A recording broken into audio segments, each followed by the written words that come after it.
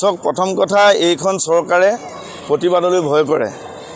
এটা কবিতা লিখিলেই জেলত ভৰাই দিয়ে। মুক্ত কণ্ঠে কোনেও একো ক'ব নোৱাৰা হৈছে। ৰাইজৰ হৈ আমি কংগ্ৰেছ দলে মাত মাতিবলৈ ওলাই আহিছিলোঁ।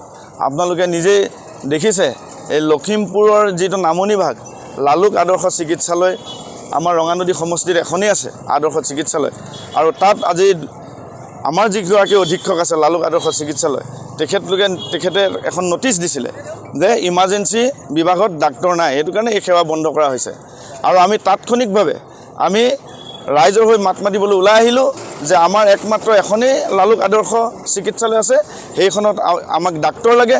আৰু সেই মাত মাতিবৰ কাৰণে ওলাই অহাৰ কাৰণে আজি আপোনালোকে দেখিছে আজি ৰাতিপুৱা ভাগৰ পৰা আমাৰ যি পেণ্ডেল আছিলে আমি অৱস্থান ধৰ্মঘট আমি কৰিবলৈ লৈছিলোঁ।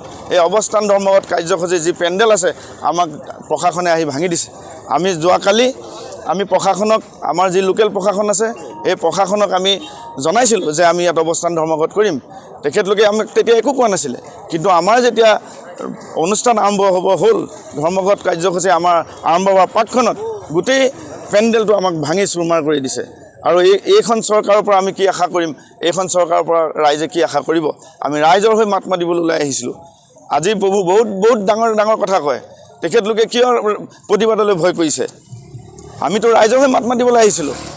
সেইটো কাৰণে গণতান্ত্ৰিকভাৱে আমি যি কাৰ্যসূচী লৈছিলোঁ এই গণতান্ত্ৰিক হত্যা কৰিছে, গণতন্ত্ৰক হত্যা কৰিছে। আমি কংগ্ৰেছ দল বহি নাথাকোঁ, ৰাইজৰ হৈ মাত মাতি আহিছোঁ, মাত মাতি থাকিম, মাত মাতিবলৈ আমি বাধ্য।